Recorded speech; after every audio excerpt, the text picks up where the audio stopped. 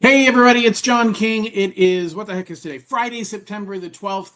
Super excited to be coming at you today. Really appreciate everybody joining me. Let's dive in and talk about what is going on with the market right now. Hold on one second, having a quick issue. I think we're good. Okay, perfect. We're good. All right. So what is going on with the market? It has been a very busy week. Next week is going to be an even busier week. And it's all around interest rates and the Fed. But there's a lot of stuff happening with the housing market. I want to make sure we cover all of that with you right now. So first of all, interest rates. Interest rates have hit an 11-month low. So we're seeing the lowest interest rates we've seen in almost a year. Really, really, really good news, but a bit eerie because it's deja vu compared to last year. And we've got a lot of things that are similar to last year, a lot of things that are different than last year. But the fact is that too many people are thinking next week rates are going down by 0.5%. They're not, at least not the rates that you care about. Now, your automotive car, not your automotive, your credit card rates are going to drop next week. Your home equity line of credit rates will drop next week, but mortgage rates are not falling next week. And I want to show you a chart from last year to give you an idea of where we're at, and actually a chart from this year and last year. And it'll give you an idea of where we're at and what I see. So this is the dotted line at the top is the 30-year fixed interest rate. And so you see this is going back 10 years, and we hit the lowest ever in 2020, and rates had dipped down, and then they shot up, and we kept seeing interest rates go higher and higher and higher, and we hit our peak of interest rates right here, October of 2023. And then they came down, and this line below here, by the way, this line, why is it not clicking on it? There you go, the blue line. I don't know why it's not highlighting, but the blue line, it pops up every once in a while. That one. Oh, come on, John. Right there. I don't know. You see it. Anyway, that blue line, that's the one that is the federal funds rate. It just literally won't stay on that line. Maybe I moved my mouse at the wrong time. There we go. That's the Fed funds rate. So that is the rate that the Federal Reserve controls. You notice it moves very slowly, and it is not controlling mortgage rates. So that's the first key I want you to understand. The Fed funds rate does not control mortgage rates. What's most important is I want you to look here last year. So as we were heading into September of last year, we kind of hit our highs in May through July, and then we dropped. And starting in July and August and September, and we kept going down, and we hit the lowest interest rates September 26 to 2024, which is right at the time that the Fed started dropping their rate. And so the Fed rate, I can't make this blue line light up, but the Fed rate is coming down here. Right there. Come on. I got to put my mouse at like the exact right spot. So the Fed rate starts coming down. Mortgage rates dropped a little bit more, but they started shooting back up. That's the fear, is that you've got the option, not the option, the chance that we're going to see mortgage rates shoot up again, because it all depends on what the Fed is going to say when we hear them talk next week. We already know the economy is in trouble. And I'm going to talk more in just a second about what that means or what signs are showing the economy is in trouble. But the fact is it's already there. And so as you look at this chart, you see that the Fed does not control mortgage rates. And even as the Fed was continuing to lower mortgage rates in the last quarter of last year, mortgage rates shot back up.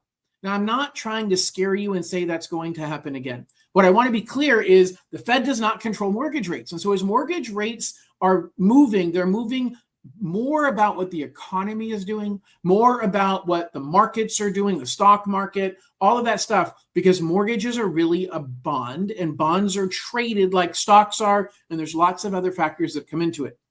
Here's one of the factors. The big thing that happened yesterday, 2 reports came out yesterday. The Consumer Price Index, which is a very key report for inflation, and the Fed pays a lot of attention to that report, and it showed inflation going up.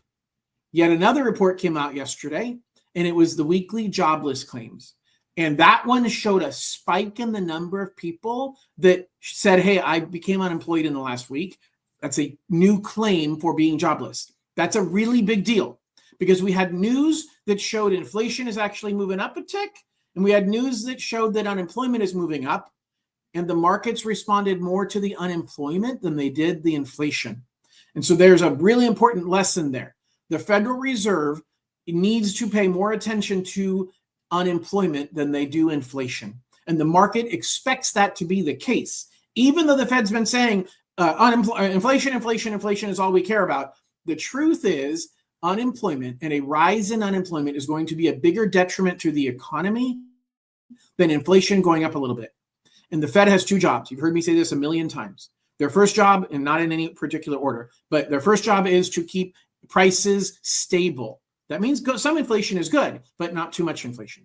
Their second job is to keep us fully employed. Keep the number of people that want to work, that want to have a job, can have a job. Now, there's always some people that are going to be unemployed. If nobody was unemployed, then you'd never be able to hire somebody. You'd never be able to grow your staff. So there has to be some pool of available workers. So there's a balancing act there. But as unemployment gets too high, the Fed needs to tweak the economy. The Fed needs to make it easier and more attractive for companies to grow, and they do that by lowering interest rates. And so that's what we were looking at on that chart, is the Fed has been lowering interest rates as of last year. They stopped and it's been flat. They are going to start lowering interest rates next week, but mortgage rates have already gone down. So I'm going to show you that chart one more time, and what you'll see is up here, the green line, I'll move my cursor off so you can see both lines, but the green line at the top is mortgage rates, and we've seen mortgage rates dropping over the last 60 days. You heard me saying for the last couple of months, mortgage rates are on sale for the last month and a half. Mortgage rates are on sale. And I told you 5 weeks ago, mortgage rates are on sale for 45 days. Well, my worry is what's going to happen next week. Next week could be the end of that sale, but this jobless claims a number that we just saw is a sign that maybe the sale is going to continue. Okay, so the question becomes, what's the Fed going to do next week? The Fed is going to lower interest rates next week. They're going to. Like, if they don't, hang on, because mortgage rates are skyrocketing. If the Fed does not, we have in the mortgage industry a complete expectation the Fed is lowering interest rates next week, and probably by 0.5%. So if you see a 0.25% drop, that might be bad news for mortgage rates. You see a 0.5% drop, that's probably going to keep rates about the same. The question is, what's the Fed's projection for the future, called the dot plot? So the Fed looks out the next 1-2 years and then long term to say, where do we see rates going? That gives us an indication of how quickly the Fed's going to drop rates. Last September, the Fed's dot plot scared the mortgage world because they said, we're not going to lower rates very much over the next couple of years. They didn't lower rates very much over the last year.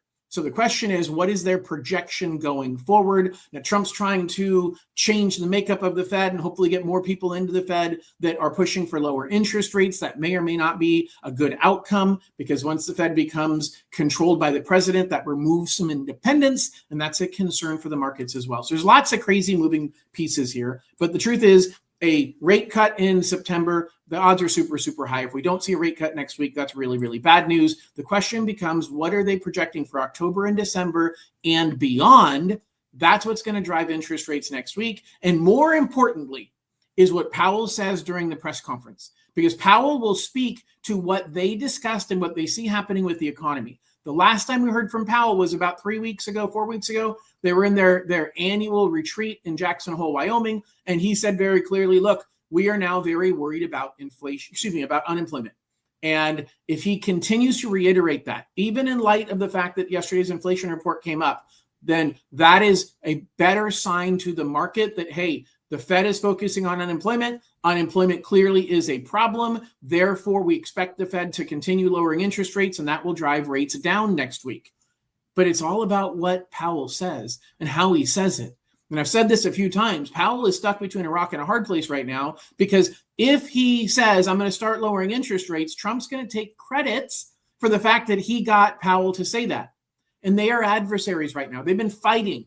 Trump has been fighting Powell every step of the way and almost created a lose-lose situation where if Powell says, I'm lowering interest rates, he looks bad because Trump's going to take credit for it. And it looks like the Fed is caving into the whims of the president. If Powell says, I'm not going to lower interest rates, that's bad news also for the market, because of the fact that we clearly see unemployment becoming a bigger problem. And so that's my worry about next week. And really what I'm really worried about is the risk of people waiting for the bottom. Now, there's two bottoms that you have to look at. You have to look at the bottom of interest rates, and human nature is that if we think we can get a better deal, we might try. If we think that prices are going to drop or interest rates are going to drop, then hey, let's wait until we get there. The problem is you'll never know you're at the bottom until you're past it. And by that time, the inventory is going to be gone and you won't be able to buy a home. Now, if you're looking to refinance, maybe waiting, you'll get a lower interest rate. But maybe in the meantime, the house price might have dropped and it'll make it harder for you to qualify for that refinance. Why? because I'm seeing house prices go down. I've had some really tough conversations with clients this week. A few of them having purchased homes in the last year and they had to move. And a couple, actually 3 or 4 of them, but 2 of them were new construction. And they bought homes in new construction subdivisions in the last year. And I've been saying for a long time that new construction, you pay more and they're giving you credits back to buy down your interest rate, to pay for your closing costs. They make the package really, really good. But the problem is they're still having the price set pretty high and they're trying to keep their prices high. Well, that philosophy, that opportunity is gone. Okay. A lot of these builders are saying, look, we can't keep the prices high. The buyers aren't coming anymore just because we're offering them a buy down in interest rates or we're paying their closing costs, because they're figuring rates are coming down already. So that's not a big benefit. And so the builders are lowering their prices. I'm hearing about some new construction subdivisions that the prices in 6 months have dropped by almost 10%. Think about that. I had a client who bought a home for almost $700,000 and the house is selling for right around $600,000 right now. So you're talking about $100,000, $80,000, $90,000 price drop on a $700,000 home. Again, I'm roughing out the numbers here. That's greater than a 10% price drop in 6 months.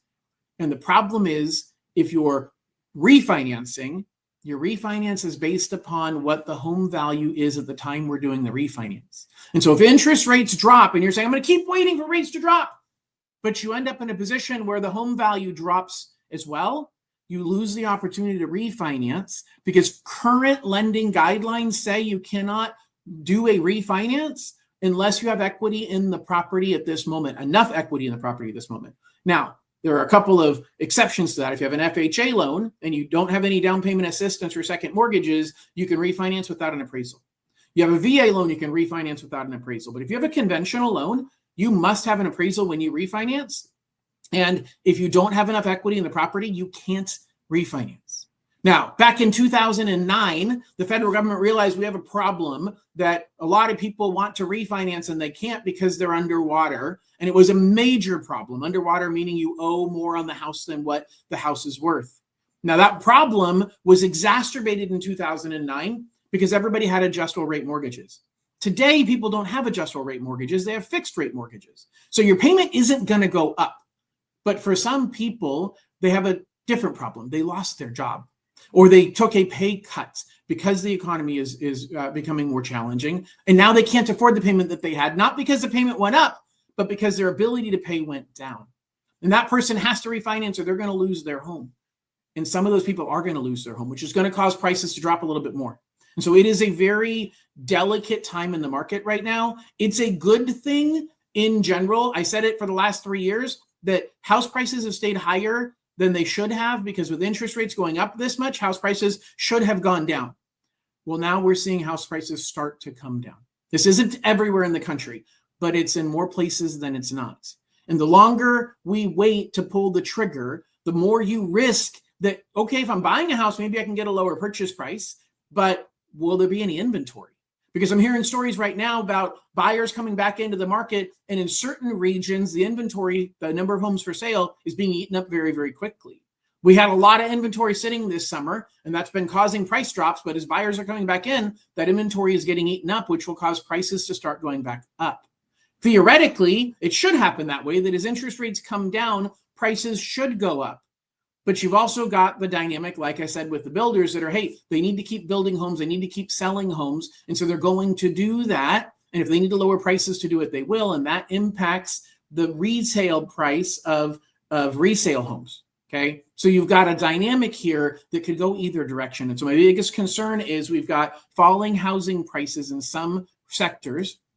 And we've got falling interest rates, which may be a really, really good thing if you're looking to buy a home. But now you're saying, maybe I'll wait until prices drop further and rates drop further. And then you wait for the bottom and then you miss it. And then by the time the rates start going back up and prices start going back up, and even if rates stay stable, I'm worried more about prices and inventory, you won't be able to get into a home. So as a home buyer, if you wait too long, you might miss the opportunity to actually get into a home. If you're looking to refinance and you wait too long, you might miss the opportunity to actually qualify. If interest rates fall, but house prices also fall, you may not be able to refinance.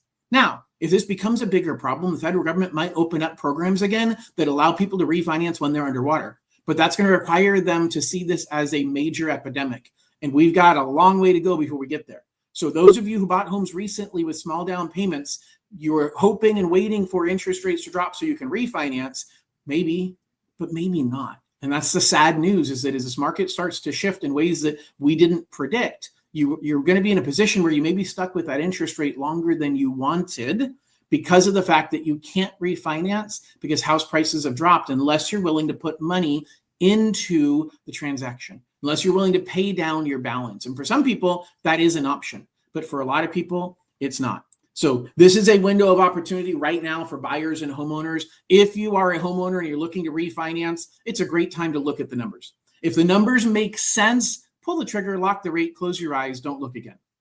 If the numbers don't make sense, pick a number that with your loan officer. I'm interviewing for that job. Scan this QR code right there and connect with me. Okay. If the numbers make sense, do it. If the numbers don't make sense, pick a number that will make sense. And I can set a target in my computer that will automatically email you as soon as we hit that number. You're going to get barraged by lenders right now who are going to tell you that the numbers make sense, but you got to be careful because they have one focus and one focus only, which is to sell you on doing a loan with them, even if it barely benefits you.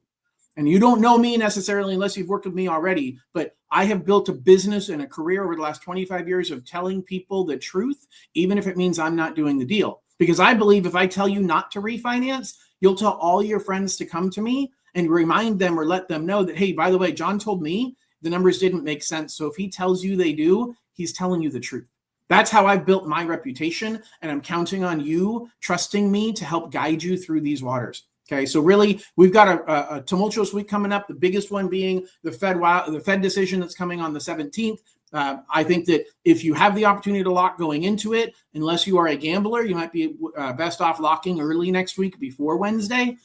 It could get better after, but there's a lot of unknowns that are going to be happening on Wednesday. And so for those of you that don't have the temperament to gamble and have the stress, ability to handle that stress, locking early, you've got major gains. You've won a lot compared to where interest rates were over the last year. I would take those gains and go home. Go home to your new home. Thanks, everybody, for listening. If it doesn't look like we have any questions so far, if you do have any questions, now is the time to post them. If you're watching recorded, post the questions, and I'll come back and get to them through the platform that you are in. Otherwise, really appreciate you listening. Again, I am interviewing for the job to be your lender. If you want to connect with me, scan that QR code. If you like the information that you see here, please share this. Please subscribe. Please put a comment. Please tell everybody you know. Stand on a rooftop and shout out my name. Really, really appreciate it, everybody. Hope you have an absolutely wonderful weekend, and we'll talk to y'all soon. Bye-bye.